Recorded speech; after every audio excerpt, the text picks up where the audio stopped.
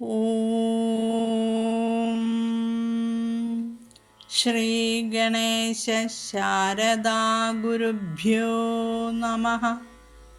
ഓം നമശ്ചണ്ഡികായൈ.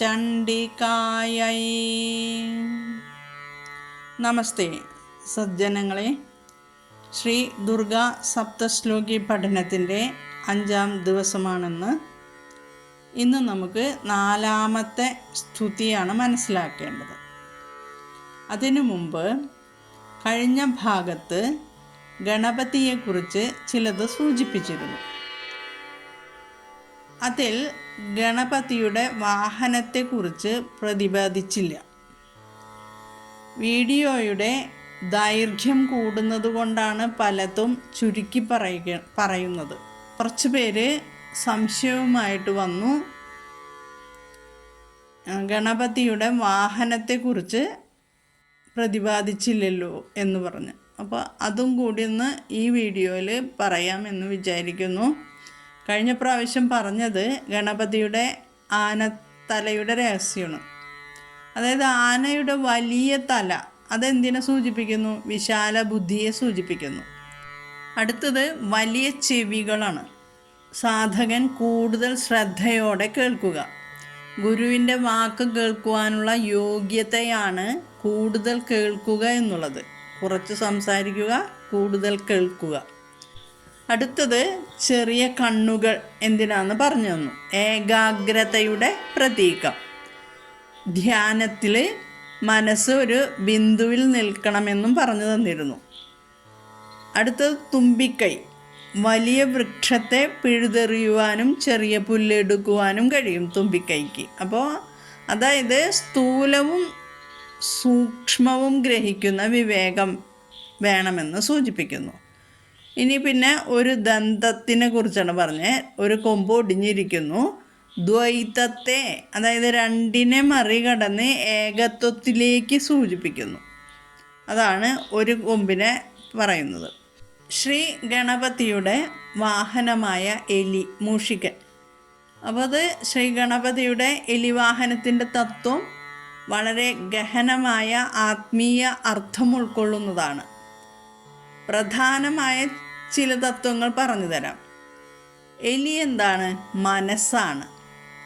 അതിനെ പ്രതിനിധീകരിക്കുന്നു. എലി എപ്പോഴും ഓടി നടക്കുന്നത് പോലെ നമ്മുടെ മനസ്സും ഒരു വിഷയത്തിൽ നിന്ന് മറ്റൊന്നിലേക്ക് പാഞ്ഞുകൊണ്ടിരിക്കുന്നു. ശ്രീ ഗണപതി ആ എലിയുടെ മേലിരിക്കുന്നു എന്നത് ചഞ്ചലമായ മനസ്സിനെ പൂർണ്ണമായി നിയന്ത്രിക്കുന്നവൻ എന്നാണ് സൂചിപ്പിക്കുന്നത്. ചഞ്ചലമായ മനസ്സിനെ പൂർണ്ണമായി നിയന്ത്രിക്കുന്നു. ഇനി രണ്ടാമത്തെ തത്വം പറയുന്നത് എലിനെ ആഗ്രഹങ്ങളും വാസനകളുമായിട്ടാണ്. എലി ചെറിയ ദ്വാരങ്ങളിലൂടെ പോലും കയറുകയും എല്ലാം കടിച്ചു നശിപ്പിക്കുകയും ചെയ്യുന്നു.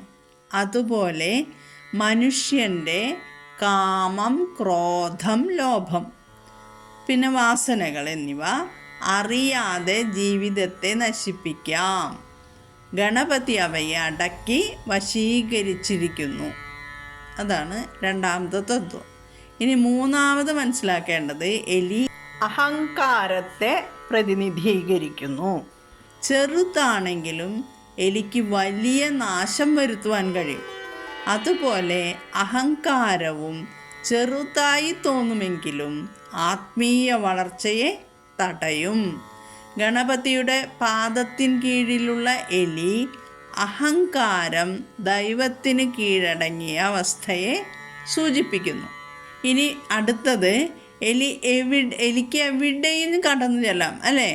അതുപോലെ ഗണപതിയുടെ കൃപയും ബുദ്ധിശക്തിയും എല്ലാ തടസ്സങ്ങളെയും ഭേദിച്ച് ലക്ഷ്യത്തിലെത്താൻ സഹായിക്കുന്നു എന്ന് സൂചിപ്പിക്കുന്നു.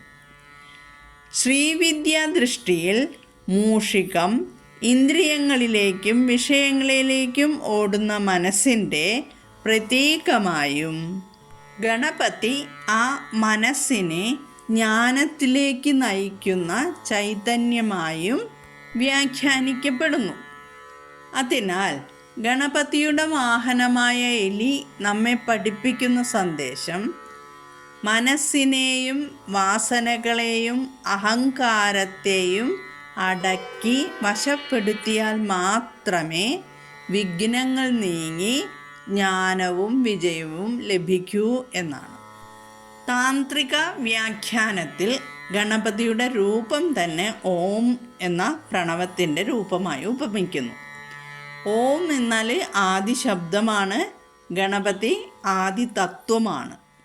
യോഗദൃഷ്ടിയിൽ മൂലാധാരത്തിൽ ഗണപതി ജ്ഞാനശക്തിയാണ്, കുണ്ടലിനി ചൈതന്യശക്തിയുമാണ്. ഇരുവരും അവിടെ അധിഷ്ഠിതരാണെന്ന് ധ്യാനിക്കുന്നു. അതായത് നമ്മുടെ ചക്രങ്ങളൊക്കെ ഉണ്ട്. മൂലാധാരം, സ്വാധിഷ്ഠാനം, മണിപൂരകം, പിന്നെ അനാഹതം, പിന്നെ വിശുദ്ധി, ആജ്ഞ, പിന്നെയാണ് സഹസ്രാരം. ഇതൊക്കെ നമ്മൾ ലളിതോപാഖ്യാനം പഠിക്കുമ്പോൾ ഈ ചക്രങ്ങളിലൂടെയൊക്കെ പോകും എന്തായാലും, അല്ലെങ്കിൽ ലളിത സഹസ്രനാമത്തിലോ എന്തായാലും അവിടെ വെച്ചിട്ട് ഞാൻ പറഞ്ഞു തരാം. ഇവിടെ മൂലാധാരത്തിൽ ഗണപതി ജ്ഞാനശക്തിയാണ്, കുണ്ടലിനി ചൈതന്യശക്തിയാണ്. ഇരുവരും അവിടെ അധിഷ്ഠിതരാണെന്ന് നമ്മൾ ധ്യാനിക്കുന്നു.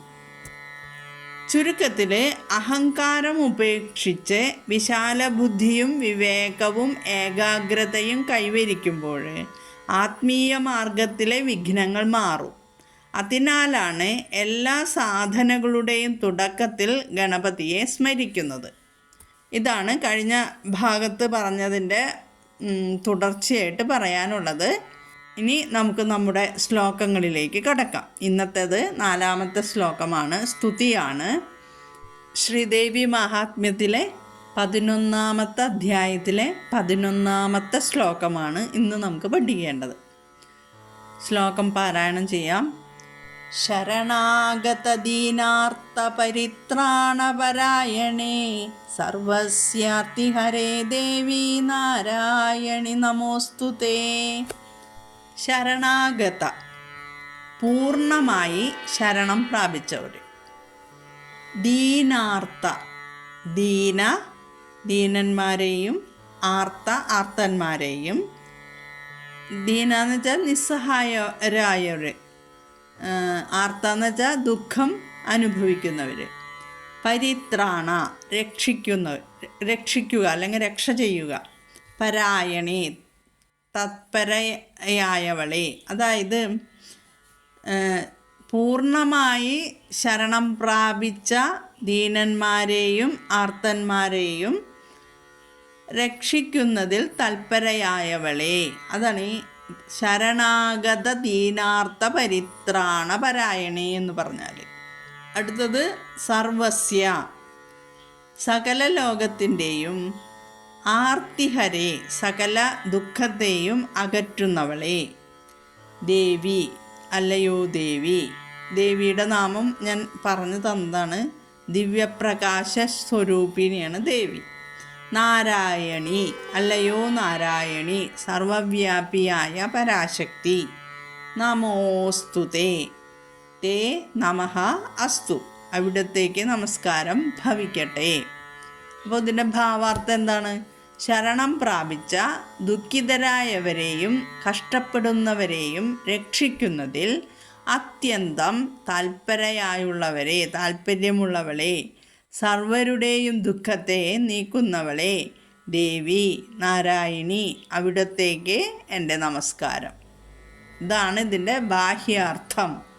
ഇനി ഈ ശ്ലോകത്തിലെ ദേവി, നാരായണി എന്നീ നാമങ്ങൾ കഴിഞ്ഞ ഭാഗങ്ങളിൽ വിശദീകരിച്ചിട്ടുണ്ട്. അവ കേൾക്കാത്തവർ യൂട്യൂബിലെ പ്ലേലിസ്റ്റിൽ പരിശോധിച്ചാൽ ലഭിക്കും. ലിങ്ക് ഡിസ്ക്രിപ്ഷനിൽ പോസ്റ്റ് ചെയ്യാം. ഇനി ഈ ശ്ലോകത്തിൻ്റെ താന്ത്രിക രഹസ്യം എന്താണെന്ന് നമുക്ക് നോക്കാം. ശരണാഗത, ശ്രീവിദ്യയിൽ ശരണാഗതി എന്നത് കൈകൂപ്പി നിൽക്കൽ മാത്രമല്ല. അതിൻ്റെ യഥാർത്ഥ അർത്ഥം അഹങ്കാരത്തെ ദേവിയുടെ പാദങ്ങളിൽ സമർപ്പിക്കുക എന്നതാണ്. ഞാൻ ചെയ്യുന്നു, ഞാൻ അറിയുന്നു എന്ന ഭാവം അവസാനിക്കുമ്പോഴാണ് യഥാർത്ഥ ശരണാഗതി. ഇനി ദീനൻ എന്നാൽ തന്ത്രത്തിൽ ദരിദ്രൻ എന്ന് മാത്രമല്ല, മറിച്ച് ആത്മജ്ഞാനം ലഭിച്ചിട്ടില്ലെന്ന് വിനയത്തോടെ തിരിച്ചറിയുന്ന സാധകനാണ് തന്ത്രത്തിൽ ദീനൻ. അഹങ്കാരമില്ലാത്ത മനസ്സിലാണ് ദേവി വേഗം കൃപ ചെയ്യുന്നതെന്ന് ആചാര്യന്മാർ പറയുന്നു. ഇനി ആർത്ത എന്നാൽ എന്താണ്? ദുഃഖം അനുഭവിക്കുന്നവരെയാണ് ആർത്തന്മാർ എന്ന് നമ്മൾ സാധാരണ വിളിക്കുക. ഇവിടെയുള്ള ദുഃഖം ശരീരവേദന മാത്രമല്ല. ശ്രീവിദ്യയിൽ ആർത്തി എന്നാൽ ജനന മരണചക്രം, അജ്ഞാനം, അഹങ്കാരം, വേർപാടിൻ്റെ അനുഭവം ഇതെല്ലാമാണ്. പരിത്രാണപരായണേ, രക്ഷിക്കുന്നതിൽ തൽപരയായവളെ എന്നാണ്. അമ്മയ്ക്ക് രക്ഷിക്കുക ഒരു ജോലിയല്ല, അത് അവളുടെ സ്വഭാവമാണ്. സൂര്യന് പ്രകാശം നൽകാൻ ശ്രമിക്കേണ്ടതുണ്ടോ? ഇല്ല, കാരണം അത് സൂര്യൻ്റെ സ്വഭാവമാണ്. അതുപോലെ ദേവിയുടെ സ്വഭാവമാണ് അനുഗ്രഹം. അപ്പോൾ എല്ലാവരെയും രക്ഷിക്കുക, അതിൽ താല്പര്യമുള്ളവളാണ്, അത് സ്വഭാവമാണ്. സർവസ്യാർത്തി ഹരേ, സകല പീഡകളെയും ഹരിക്കുന്നവൾ അല്ലെങ്കിൽ നശിപ്പിക്കുന്നവൾ. അമ്മയെ ആശ്രയിക്കുന്നവരുടെ സകല പീഡകളെയും അമ്മ ഇല്ലാതാക്കും. എന്നാൽ ശ്രീവിദ്യയിൽ പറയുന്നത് ഏറ്റവും വലിയ ദുഃഖം അവിദ്യയാണ്, അജ്ഞാനം. അത് നീങ്ങിയാൽ ബാക്കി എല്ലാ ദുഃഖങ്ങളുടെയും വേരുകൾ മുറിയുമെന്നാണ് ശ്രീവിദ്യയിൽ പറയുന്നത്. ഇനി നാരായണി, ഇവിടെ താന്ത്രികമായി നോക്കിയാൽ വിഷ്ണുവിൻ്റെ ഭാര്യ എന്ന അർത്ഥത്തിലല്ല. ശ്രീവിദ്യയിൽ സകല ജീവികളുടെയും ഹൃദയത്തിൽ ഇരിക്കുന്ന ചൈതന്യ ശക്തിയെയാണ് നാരായണി എന്ന് പറയുന്നത്. അതുകൊണ്ട് ശരണം പ്രാപിക്കേണ്ടത് പുറത്തുള്ള ഒരാളെയല്ല, നമ്മുടെ ഉള്ളിലെ പരാശക്തിയെയാണ്. ഈ ശ്ലോകത്തിലപ്പോൾ 4 ഘട്ടങ്ങളുണ്ട്. അഹങ്കാരം വിടുക, മനസ്സ് ശുദ്ധമാക്കുക, ദേവീ കൃപ സ്വീകരിക്കുക, ആത്മജ്ഞാനം ലഭിക്കുക. അപ്പോൾ ഈ ശ്ലോകം ധ്യാനിക്കുമ്പോൾ നമ്മുടെ ഭാവം എന്തായിരിക്കണം? അമ്മേ, എൻ്റെ ഏറ്റവും വലിയ ശത്രു പുറത്തല്ല, എൻ്റെ അഹങ്കാരവും അജ്ഞാനവുമാണ്. ഞാൻ അമ്മയിൽ ശരണം പ്രാപിക്കുന്നു. എൻ്റെ ഉള്ളിലെ ഇരുട്ട് നീക്കി എൻ്റെ യഥാർത്ഥ സ്വരൂപം കാണിച്ചു തരണമേ എന്ന് പ്രാർത്ഥിക്കുക. ദേവീ മഹാത്മ്യത്തിലെ ഈ ശ്ലോകങ്ങൾ വെറും സ്തുതിയല്ല, ഓരോ ശ്ലോകവും ഒരു മന്ത്രം കൂടിയാണ്. ഓരോ വാക്കും ഒരു ബീജശക്തി വഹിക്കുന്നു. അതുകൊണ്ടാണ് ദുർഗാ സപ്തശ്ലോകി നിത്യവും ജപിക്കൂ എന്ന് പറയുന്നത്. ഇന്നത്തെ പഠനം ഇവിടെ അവസാനിപ്പിക്കുകയാണ്. എല്ലാവർക്കും അമ്മയുടെ അനുഗ്രഹം ലഭിക്കുമാറാകട്ടെ എന്ന് പ്രാർത്ഥിച്ചുകൊണ്ട് നിർത്തുന്നു. ഓം പൂർണ്ണമദഃ പൂർണ്ണമിദം പൂർണ്ണാത് പൂർണ്ണമുദച്യത്തെ പൂർണ്ണസ്യ പൂർണ്ണമാദായ പൂർണ്ണമേവാവശിഷ്യത്തെ. ഓം ശാന്തി ശാന്തി ശാന്തി.